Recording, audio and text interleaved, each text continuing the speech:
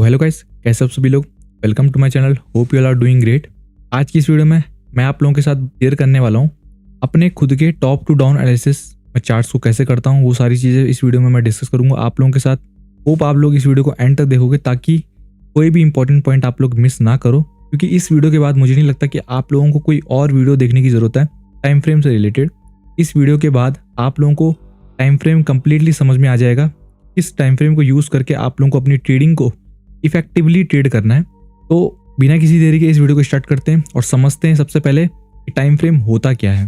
अब देखो, अगर आप लोग बिगिनर हो और अगर आप लोग ऑलरेडी ट्रेडिंग कर रहे हो लेकिन अभी तक भी ट्रेडिंग में टाइम फ्रेम के बारे में नहीं समझ में आया है और टाइम फ्रेम को एक्चुअली यूज़ कैसे करते हैं वो चीज़ आप लोगों को नहीं पता है प्रॉपर वे में, तो इस वीडियो के थ्रू आप लोगों को ये सारी चीज़ें क्लियर होने वाली है। देखो यार, हमारे चार्ट्स में हर एक टाइम फ्रेम का एक अलग व्यू होता है। हमारे चार्ट्स में हर एक ट्रेंड हर एक टाइम फ्रेम पे अलग अलग दिखता है। अब उस चीज़ को रीड कैसे करते हैं वो सारी चीज़ें इस वीडियो में हम लोग आगे डिस्कस करेंगे। पहले समझ लेते हैं कि टाइम फ्रेम होता क्या है। अब देखो, टाइम फ्रेम का सिंपल मतलब है कि यहाँ पे जो पर कैंडल बन रही है वो उस टाइम फ्रेम की बनती है जो टाइम फ्रेम आप लोगों ने अपने चार्ट्स पे सिलेक्ट करा हुआ है। अब मान के चलो, यहाँ पे अभी मेरा जो चार्ट है वो 4 आवर टाइम फ्रेम का है, तो यहाँ पे जो मेरी पर कैंडल है वो 4 आवर की है और ये एक कैंडल क्लोज होने में इसको 4 घंटे लगेंगे। तो जिसका मतलब क्या है कि कोई भी कैंडल अगर मार्केट में कोई भी कैंडल अगर चार्ट में मेरी बन रही है वो पर कैंडल 4 आवर की है, ठीक है। अब ऐसे ही अगर मैं इस कैंडल को इस चार्ट को 1 आवर में शिफ्ट करता हूँ, यहाँ पे जो कैंडल बन रही है पर कैंडल वो 1-1 घंटे की है और इस एक कैंडल को क्लोज होने में 1 घंटा लगेगा। अब इसका मतलब ये नहीं है कि हर एक टाइम फ्रेम में चार्ट अलग प्रिंट होता है, ये चीज़ नहीं है। प्राइस मूवमेंट हर एक टाइम फ्रेम पे सेम रहता है लेकिन डायरेक्शन हर एक टाइम फ्रेम पे अलग रहती है। दोनों में डिफरेंस है। प्राइस मूवमेंट सेम है लेकिन डायरेक्शन अलग अलग होती है। अब वो चीज़ें आप लोगों को आगे पता चलेगी। अब समझ लेते हैं क्यों। अब आप लोग यहाँ पे देखो, ये 4 आवर का चार्ट है। तो क्या होता है कि यहाँ पे अगर एक कैंडल 4 आवर की क्लोज हुई है, इसका मतलब इस एक कैंडल के अंदर 1 घंटे की 4 कैंडल है। That simple. कोई भी इतना ज़्यादा कॉम्प्लिकेटेड टॉपिक नहीं है, आप लोगों को ईजी में समझ आ जाएगा। बड़े टाइम फ्रेम मान ले क्यों इंपॉर्टेंट है वो सारी चीज़ हम लोग समझ लेते हैं। टाइम फ्रेम मैटर क्यों करते हैं वो चीज़ हम लोग समझ लेते हैं। क्योंकि मोस्टली जो अनप्रॉफिटेबल ट्रेडर हैं उन्हें अभी तक जो है हायर टाइम फ्रेम को यूज़ करना नहीं आता है और यही गलती करते हैं मार्केट में, और उनका यही एक बड़ा रीज़न होता है अनप्रॉफिटेबल होने का, क्योंकि वो लोग टाइम फ्रेम को सही से यूज़ नहीं कर पाते हैं। उन्हें पता नहीं होता कि किस टाइम फ्रेम को मेरे को यूज़ करना है। अगर वो लोग इंटरडे ट्रेड करते हैं तो उन्हें लगता है कि मुझे सिर्फ और सिर्फ छोटे टाइम फ्रेम को यूज़ करना है, दैट्स इट। और दैट्स वाई उन्हें नॉइस के चक्कर में, ट्रैप्स के चक्कर में उन लोगों के ज़्यादा लॉसेज होते हैं।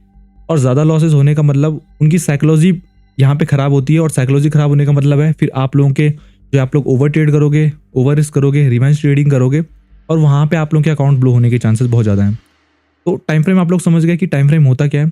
अब डिस्कस करते हैं कि ये मैटर क्यों करता है और क्यों इंपॉर्टेंट है हमारे चार्ट्स में। अब देखो, मार्केट तो हमें पता है सबके लिए सेम है, लेकिन उसको देखने का नज़रिया जो है सबका अलग अलग होता है। कोई छोटे टाइम फ्रेम्स ट्रेड करता है, कोई बड़े टाइम फ्रेम ट्रेड करता है, कोई दोनों को यूज़ करके अपने ट्रेड्स को क्वालिटी में बदलता है।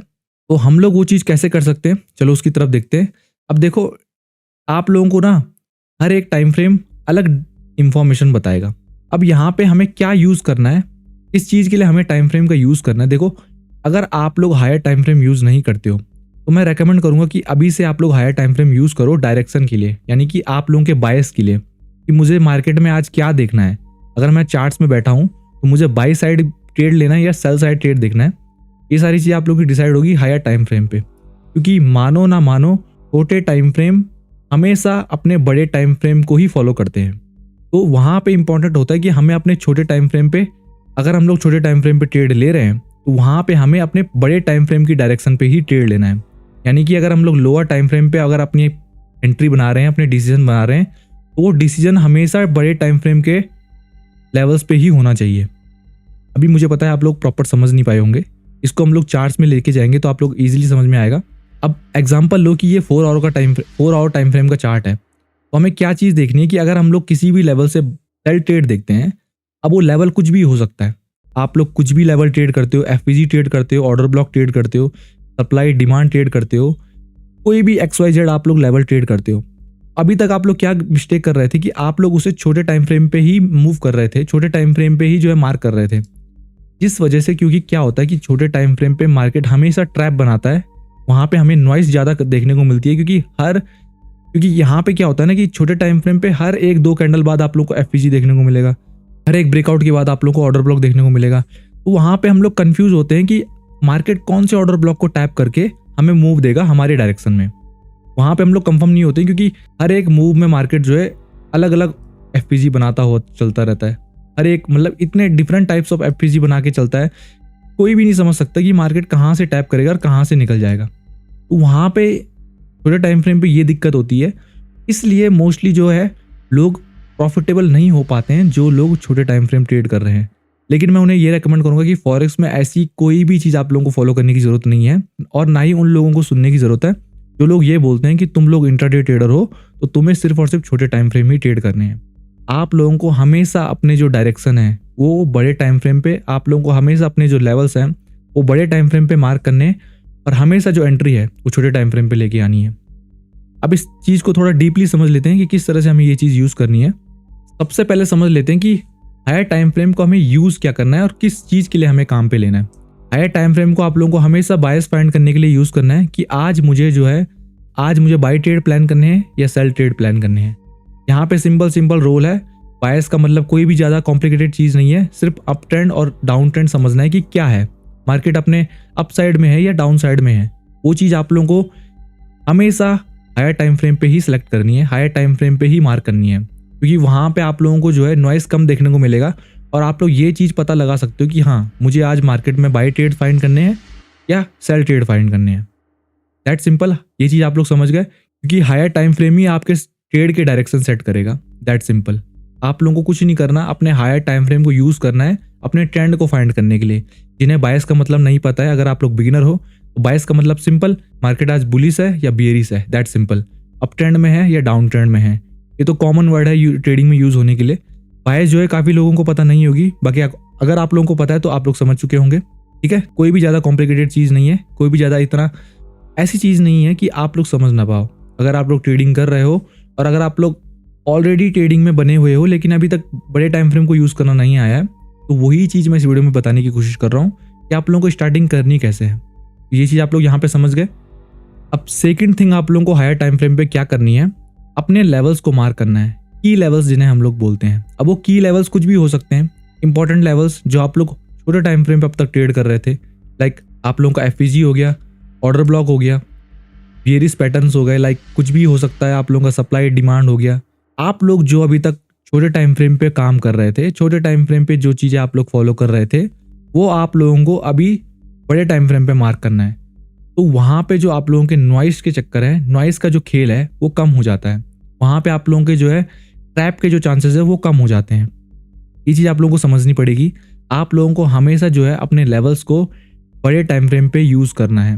बायस आप लोगों को पता चलिए कि मेरा बायस आज क्या है। अगर मेरा बायस बुलिश है तो मैं किसी बड़े टाइम फ्रेम पे ऐसा लेवल फाइंड करूंगा जहां से मैं बाई ट्रेड देख सकूं। That simple.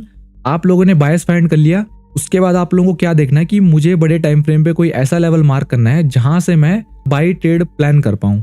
कुछ भी यहाँ पे जो है इतना हार्ड टॉपिक नहीं है और इतनी हार्ड चीज़ नहीं है कि आप लोगों को समझ में ना आए। मैंने सिंपल लैंग्वेज में आप लोगों को बताया कि आप लोगों को सबसे पहले, अगर आप लोग एग्जाम्पल के लिए ले लो, अगर आप लोग अपने चार्ट्स में बैठते हो सुबह आप लोग किसी भी टाइम, अगर आप लोग फॉरेक्स ट्रेडिंग करते हो तो अगर आप लोग किसी भी टाइम बैठते हो 9-10 बजे के करीब, अगर आप लोग अपने चार्ट्स के सामने बैठते हो तो आप लोगों को सिंपली कुछ नहीं करना।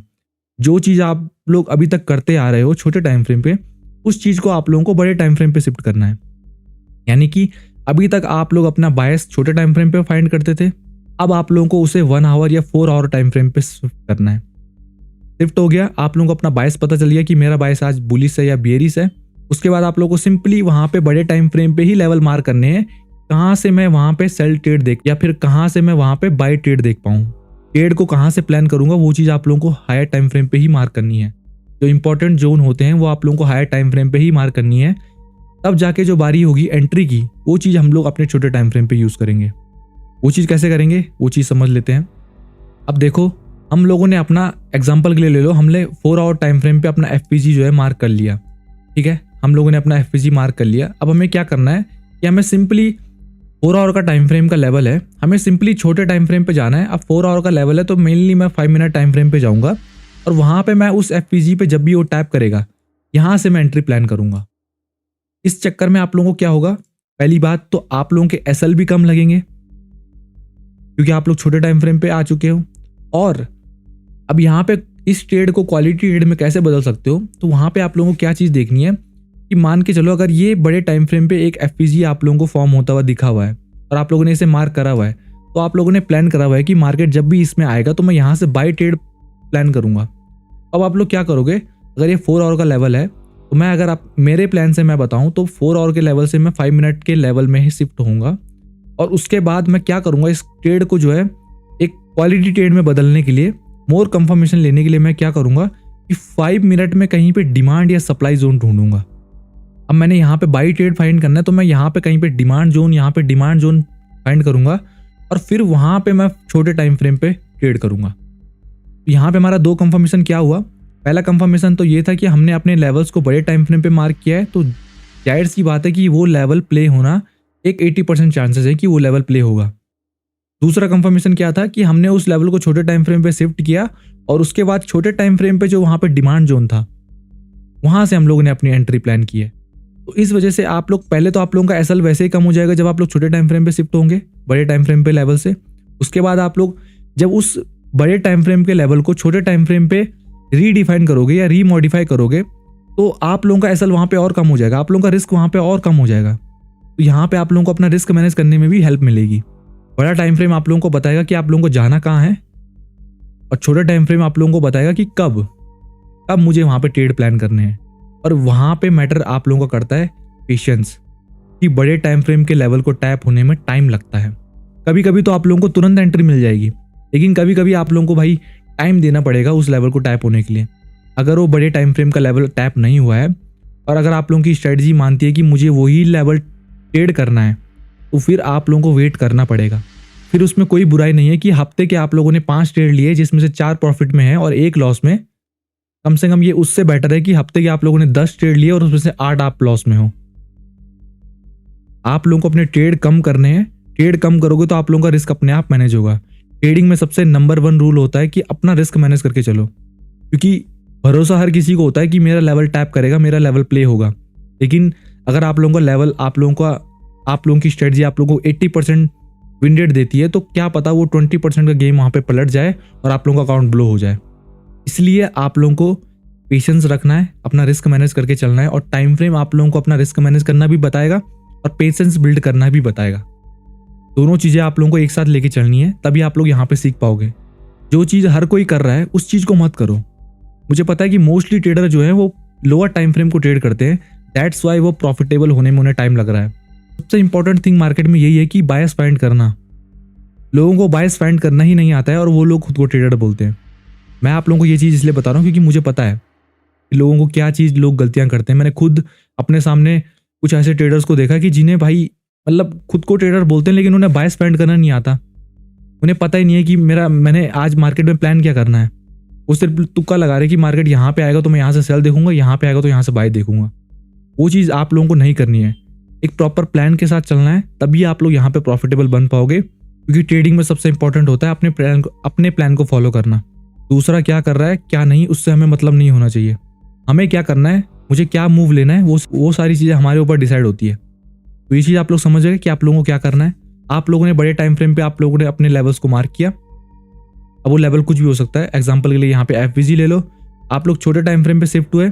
अब उस एफपीजी पे जब भी मार्केट छोटे टाइम फ्रेम पे आएगा तो आप लोगों को यहाँ पे कोई भी कंफर्मेशन लेके यहाँ पे ट्रेड लेना है। मान के चलो इस जोन में मेरे को 5 मिनट का जो है एक डिमांड जोन मिल गया, तो मैं उस लेवल को और छोटा कर दूंगा और फिर उस डिमांड जोन से अपने बाय ट्रेड प्लान करूंगा। That simple. कुछ भी इतना कॉम्प्लिकेटेड नहीं है कि आप लोगों के समझ में ना आए। बस एक्शन लेने की बारी है और इस चीज़ को यूज़ करने की बारी है। मैं गारंटी देता हूँ अगर आप लोग इस चीज़ को यूज़ करते हो ना भाई, 50% लॉसेज आप लोगों के ऐसे ही कम हो जाएंगे। बाकी के 50% आप लोगों को सिर्फ अपना रिस्क मैनेज करके चलना है और अपने प्लान को फॉलो करते हुए चलना है। That's it. You will definitely become the profitable trader. लेकिन मुझे पता है कि आजकल सोशल मीडिया पे ट्रेडिंग काफ़ी ज़्यादा फैंसी वर्ड हो चुका है, तो हर कोई ये मानता है कि भाई मुझे बस यहाँ पे कहीं ना कहीं से पैसा कमाना है और कुछ भी नहीं। ट्रेडिंग को लोग एज अ ईजी दिखाते हैं सोशल मीडिया पे, लेकिन जितना ईजी सोशल मीडिया पे दिखता है उतना है नहीं। यहाँ पे आप लोगों को अपना टाइम इन्वेस्ट करना पड़ेगा, जो कि बहुत ज़रूरी है। तो ये चीज़ आप लोग समझ गए। अब इस चीज़ को थोड़ा सा डीप में चलते हैं और इसको प्रॉपर वे में समझते हैं। तो अब ये मेरा 1 आवर का टाइम फ्रेम का चार्ट है, 1 आवर टाइम फ्रेम का चार्ट है। अब मैं यहाँ पे कुछ लेवल मार्क करूँगा, उन्हें छोटे टाइम फ्रेम पे लेके जाऊँगा और वहाँ पे ट्रेड डिसाइड करूँगा। अब वो लेवल कैसे प्ले होंगे वो चीज़ आप लोगों को पता चलेगी। अब यहाँ पे क्या होगा कि मैं कुछ लेवल्स मार्क करूँगा बड़े टाइम फ्रेम को यूज़ करके। अब यहाँ पे मुझे 1 आवर टाइम फ्रेम में मुझे पता है कि मेरा बायस जो है वो बुलिश है। एग्जाम्पल के लिए मैं अपना ट्रेंड ले लेता हूँ, तो ये कुछ इस तरह से मेरा ट्रेंड लेते हुए चल रहा है, ठीक है। अब यहाँ पे इसके बाद क्लोजिंग हो गई थी, मार्केट का स्ट्रक्चर जो है शिफ्ट हो चुका है बुलिश से बियरिश में। अब मैं यहाँ पे जो इसके बाद तो मैं बियरिश ट्रेड यानी कि सेल ट्रेड देखूंगा, बट कहीं ना कहीं मैं अपने प्लान पे भरोसा करके मैं क्या करूँगा कि अपनी स्ट्रेटेजी को यूज़ करके मैं यहाँ पे कहीं पे बाय ट्रेड फाइंड करने की कोशिश करूँगा, बाय लेवल। अब देखो यहाँ पे मैं इस लेवल से ट्रेड देता हूँ, ये एग्जाम्पल के लिए बताऊँ, ठीक है। ये सेम लेवल यहाँ पे आप लोगों को देखने को मिलेगा,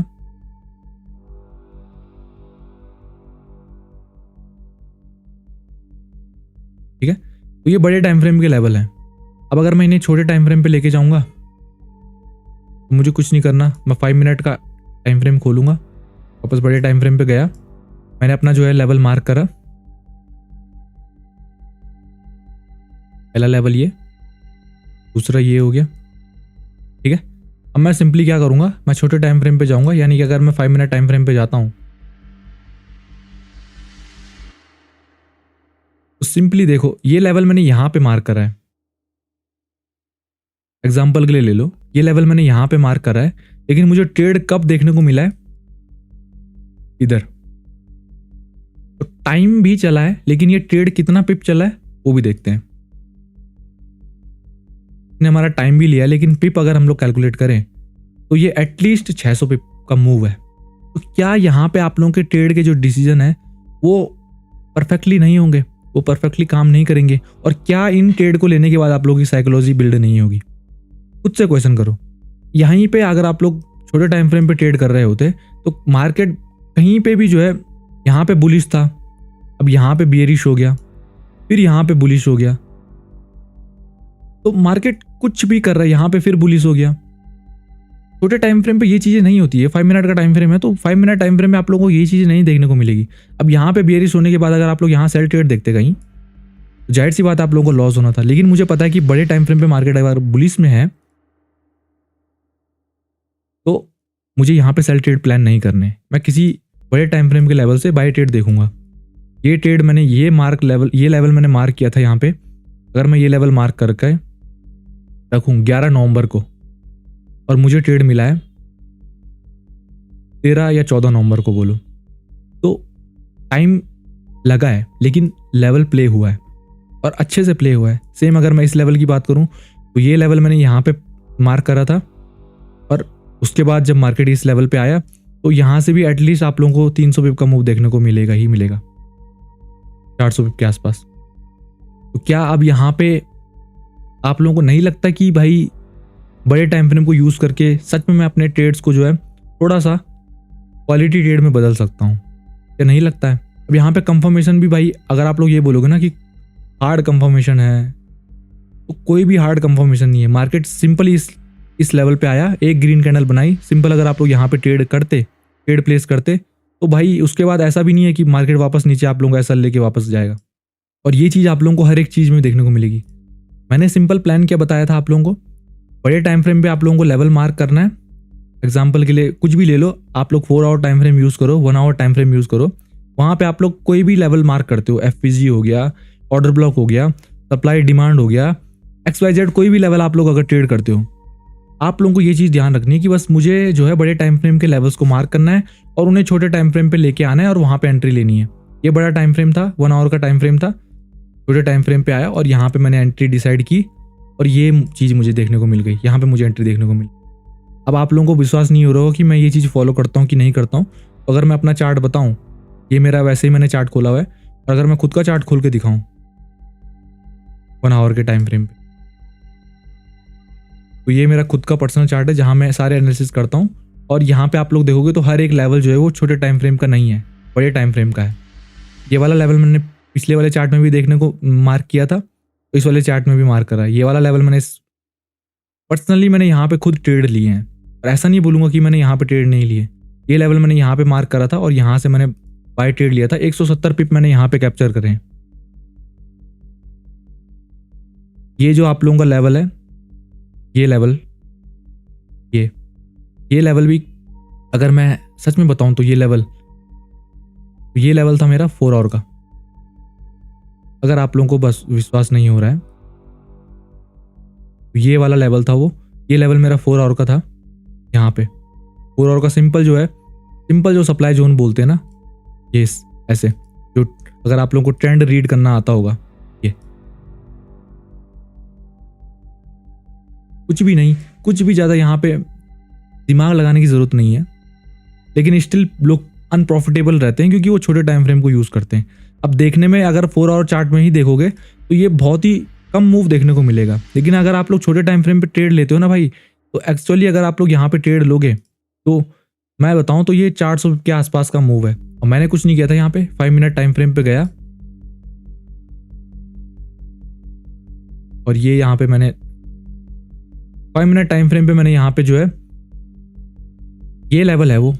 अब एग्जांपल के लिए देखो, जो मैंने आप लोगों को प्रीवियस यहाँ पे इससे पहले थोड़ा सा जो है डिस्कस करा था आप लोगों के लिए कि आप लोगों को बड़े टाइम फ्रेम पे अगर कोई लेवल बड़ा दिखता है। अब देखो ये मूव जो है 4 आवर का है, ये लेवल जो है 4 आवर का है, लेकिन ये बहुत ही बड़ा है। अब मैं यहाँ पे अगर कहीं पे एंट्री लेता तो मेरा एसएल बहुत बड़ा बनता है। यहाँ पे मेरे को जोन से ऊपर तो एसएल रखना ही पड़ता है, यहाँ पे मेरा एसएल बहुत बड़ा बनना था, उतना तो मूव भी नहीं दिया है मार्केट ने। तो मैंने सिंपली क्या करा, मैंने 5 मिनट टाइम फ्रेम पे यहाँ पे मार्केट का स्ट्रक्चर शिफ्ट होने का वेट करा। यहाँ पे मार्केट ने 5 मिनट में एक एफपीजी बनाया और सिंपली मैंने उस एफपीजी पे ट्रेड करा। और जिसको बोलते हैं एक proper rule, proper trading plan को फॉलो करना, खुद के रूल को फॉलो करना। मैं आप लोगों को ये चीज़ बता रहा हूँ कि इसका मतलब ये नहीं है कि मैं सिर्फ आप लोगों को बता रहा हूँ, ये चीज़ें मैं खुद फॉलो करता हूँ इसलिए आप लोगों को बता रहा हूँ। और हर कोई ये चीज़ फॉलो करता है, लेकिन फ्री में कोई आप लोगों को नहीं बताएगा। सही में बताऊँगा तो फ्री में कोई भी नहीं बताएगा ये चीज़ें। दैट्स वाई मोस्टली लड़के जो हैं वो समझ नहीं पाते हैं कि उन्हें करना क्या है एक्चुअल में मार्केट में, वो क्या चीज़ फॉलो करके जो है अपने लॉस को कम कर सकते हैं और प्रॉफिट को मैक्सिमम। यही चीज़ मैं इस वीडियो में बताने की कोशिश कर रहा हूँ। अगर मैं आप लोगों को स्लाइड बताऊँ तो ये चीज़ मैंने यहाँ पे मैंने आप लोगों को क्या बताया था कि आप लोगों को अगर बड़े टाइम फ्रेम पे आप लोगों को लेवल को मार्क करना है, उस लेवल को आप लोगों को छोटे टाइम फ्रेम पे लेके जाना है और छोटे टाइम फ्रेम पे आप लोगों को कहीं वहाँ उस एफपीजी के अंदर अगर आप लोगों को डिमांड या सप्लाई जोन मिलता है तो सिंपली आप लोगों को उस डिमांड एंड सप्लाई जोन को मार्क करके वहाँ से ट्रेड लेना है तो वो लेवल एफपीजी का ही, लेकिन आप लोगों ने उसको छोटा कर दिया ताकि आप लोगों का एसएल कम हो। ये होता है एक प्रॉपर रूल, ये होता है एक प्रॉपर ट्रेडिंग प्लान। ट्रेडिंग उसी को नहीं कहते हैं कि चार्ट में आके बैठ गए और यहाँ पे गेस कर लिया कि हाँ यहाँ से मैं बाई करूंगा, यहाँ से मैं सेल करूंगा। और ये मेरा पर्सनल चार्ट है जो मैं यूज़ करता हूँ और जो मैंने पर्सनली एनालिसिस किया है और जो मैं एनालिसिस करके मैंने यहाँ पे जितने ट्रेड लिए हैं अभी तक के, वो सारी चीज़ आप लोगों को देखने को मिलेगी। पुराने भी होंगे बट वो चार्ट नहीं दिख पा, उससे पीछे नहीं जाएगा, ठीक है। और यहाँ पे कुछ ट्रेड ऐसे भी हैं जो मैंने मिस भी करी हैं। ये जो अभी कल का ट्रेड, परसों का ट्रेड था जो मैंने मिस करा है, के बाद अगर मैं यहाँ पे अगर मैं इस ट्रेड को मिस ना करता तो एटलीस्ट मैं यहाँ पे जो है नहीं भी तो 250 पिप के आसपास नहीं भी बनाता तो कम से कम मैं यहाँ पे 150 पिप तो आसानी से कैप्चर कर लेता। बट मुझे ट्रेड नहीं मिले तो दैट सिंपल। यहाँ पे मैंने ट्रेड प्लान किया था लेकिन मुझे ये ट्रेड नहीं मिला, मेरा लेवल टैप नहीं हुआ तो मैंने यहाँ पे ट्रेड ही नहीं लिया। यहाँ पे मेरा एक लॉस हुआ था, ये चीज़ आप लोगों को यहाँ पे दिखेगी।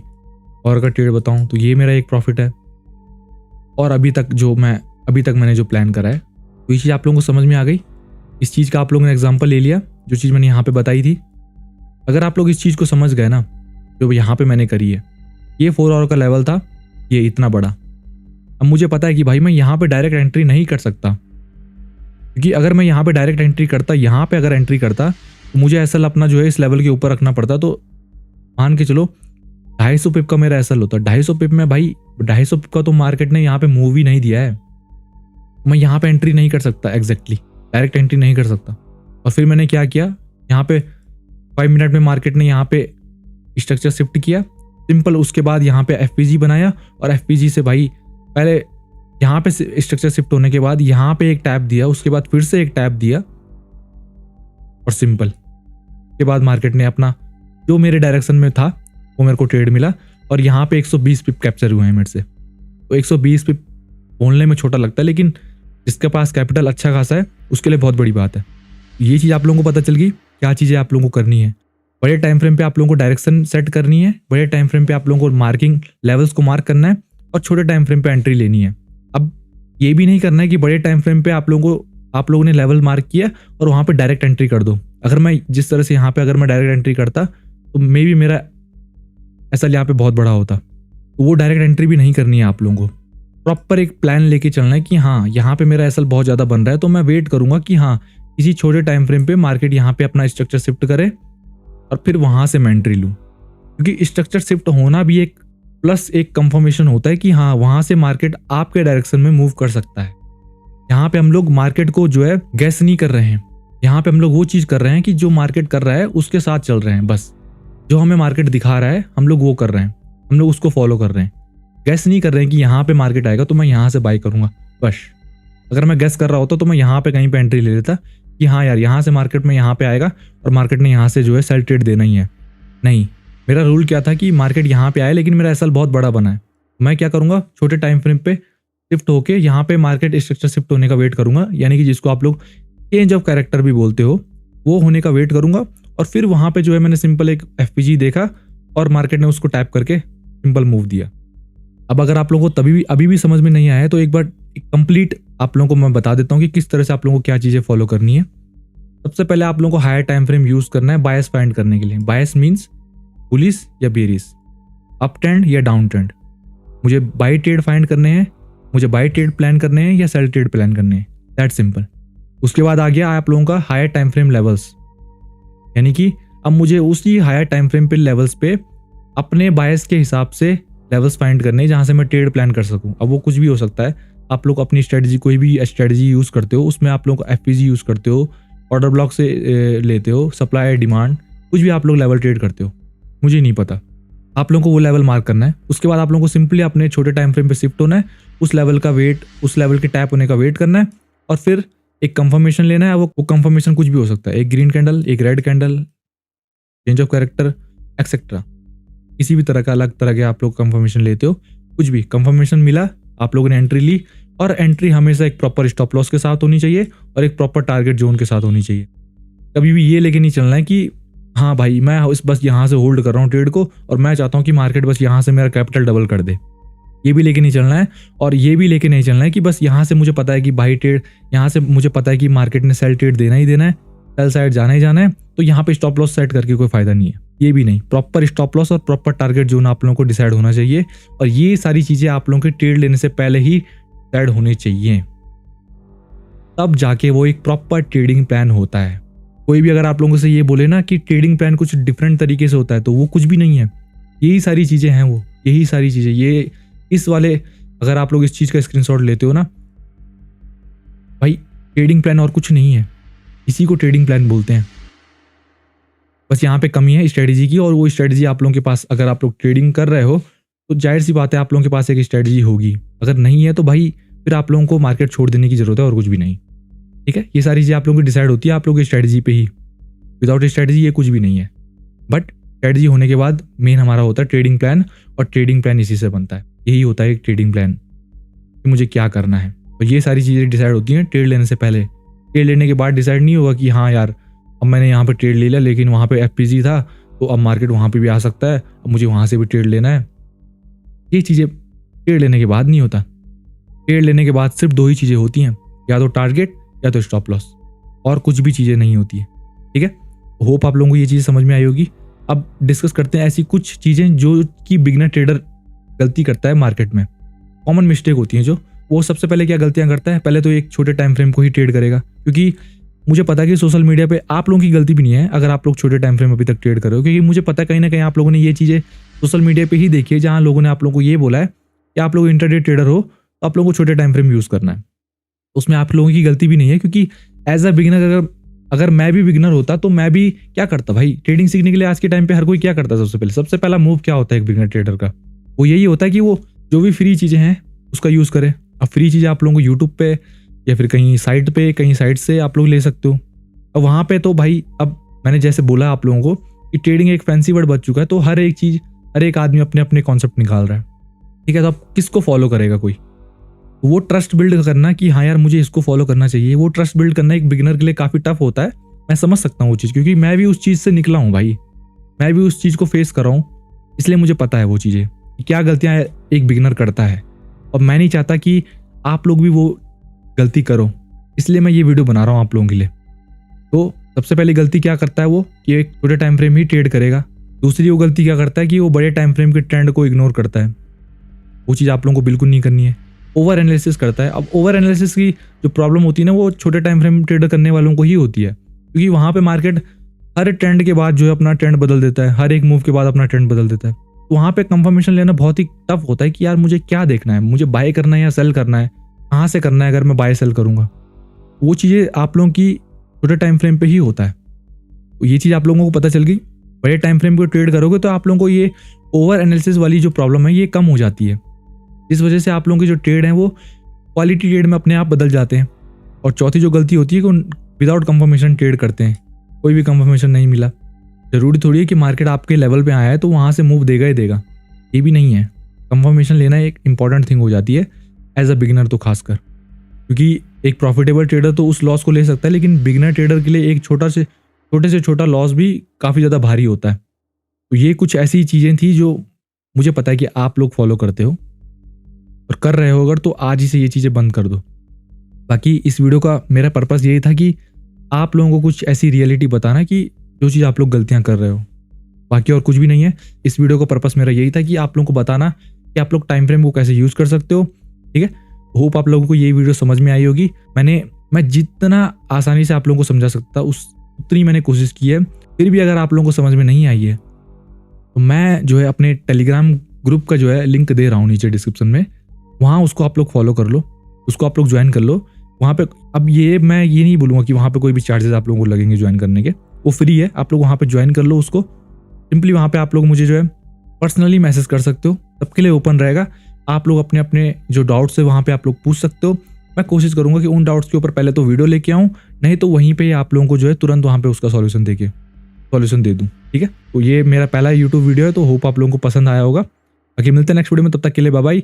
और मुझे पता है कि एल्गोरिदम इस वीडियो को ज़्यादा से ज़्यादा लोगों के साथ नहीं शेयर करेगा, तो सिंपली आप लोग इस चीज़ को अपने दोस्तों के साथ जो बिगिनर ट्रेडर है उनके साथ शेयर कर सकते हो, ताकि उनको हेल्प हो इन फ्यूचर। और अगर वो लोग ये मिस्टेक कर रहे हैं तो वो आज ही से